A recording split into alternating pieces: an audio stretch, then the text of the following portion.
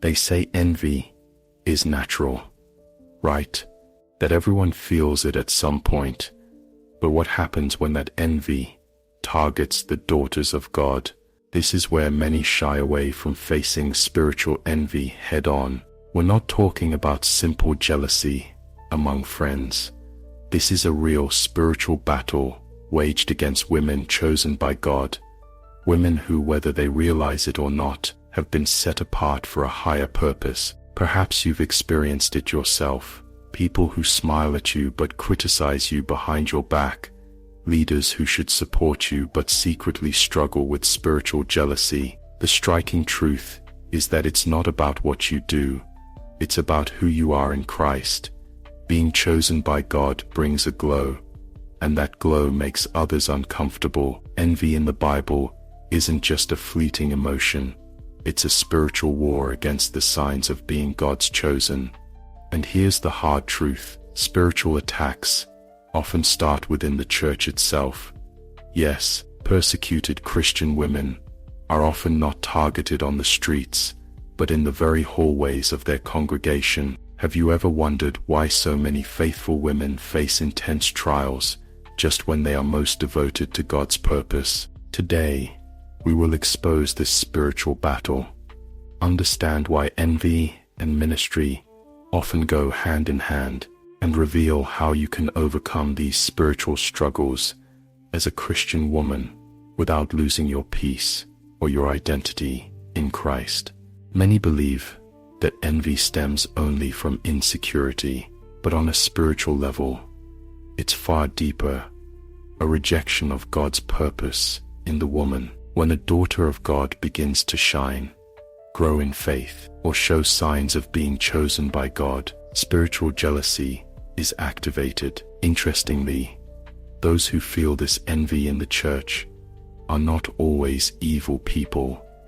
They are men and women who haven't yet understood that the spiritual battle is not against flesh and blood, but against invisible forces resisting God's divine plan. A biblical example is Hannah, the faithful woman who was despised by Peninnah. That envy wasn't merely a family issue. It was a direct spiritual attack against someone set apart by God to bear fruit. The same happens today with many Christian women. The more they pray, the more they rise in ministry, the more spiritual attacks they face. It's no coincidence. It's proof that they are walking in God's purpose. Many persecuted Christian women are confused because they believe hurtful comments, contemptuous looks, or public criticism are just human behavior. But biblical truth about envy shows that these are only the surface of a much larger spiritual war. Understanding this hidden root allows you to respond with wisdom, not bitterness, because what comes next in this spiritual battle will be even more challenging. One test for a woman of faith is realizing that opposition doesn't always come from outside.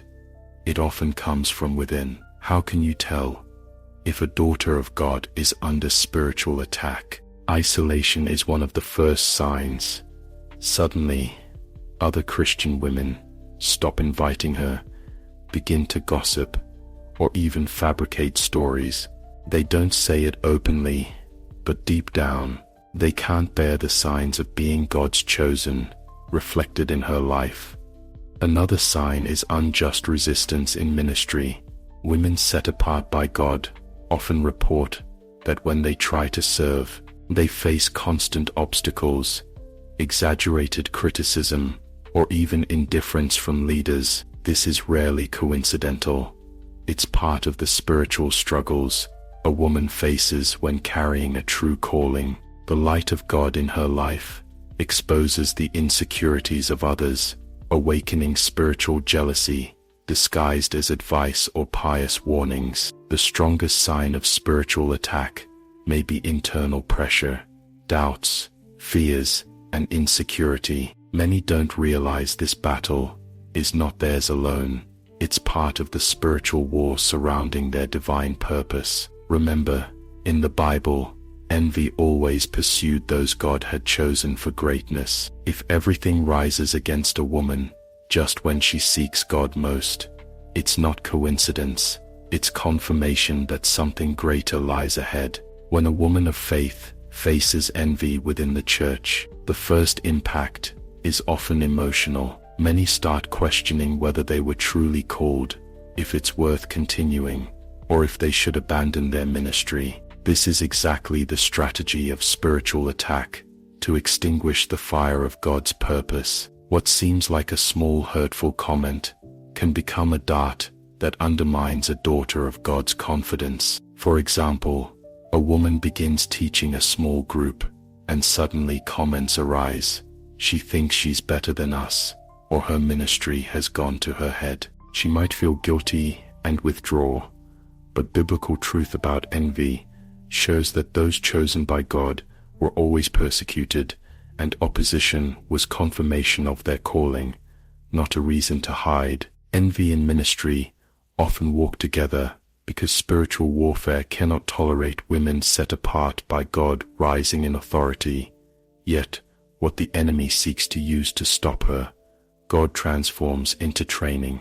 Every tear, every comment, every rejection becomes part of the spiritual struggles that prepare her for a greater field. Pain becomes God's way of refining his daughters and raising them to a higher level, opening doors to something even more amazing. One of the most powerful weapons in this spiritual battle is focused prayer. It's not just asking for protection, it's praying for discernment. When a Christian woman prays not only for herself, but also for those who envy her, she begins to nullify the enemy's plans. It may seem counterintuitive, but blessing those who persecute you is a hallmark of mature women of faith who understand the biblical truth about envy. A guarded heart is cultivated when the tongue speaks blessings. Another practical strategy is surrounding yourself with uplifting Christian women.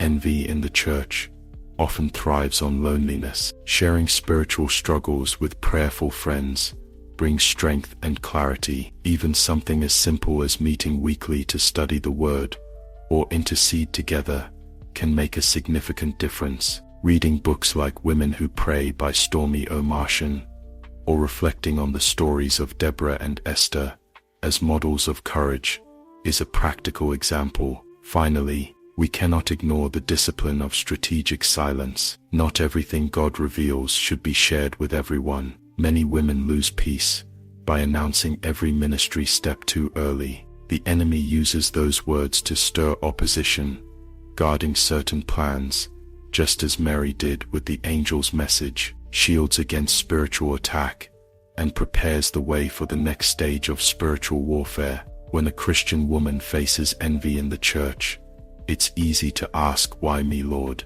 But what appears to be an unfair spiritual attack may actually be confirmation. Spiritual envy often proves that a daughter of God is at the center of divine will.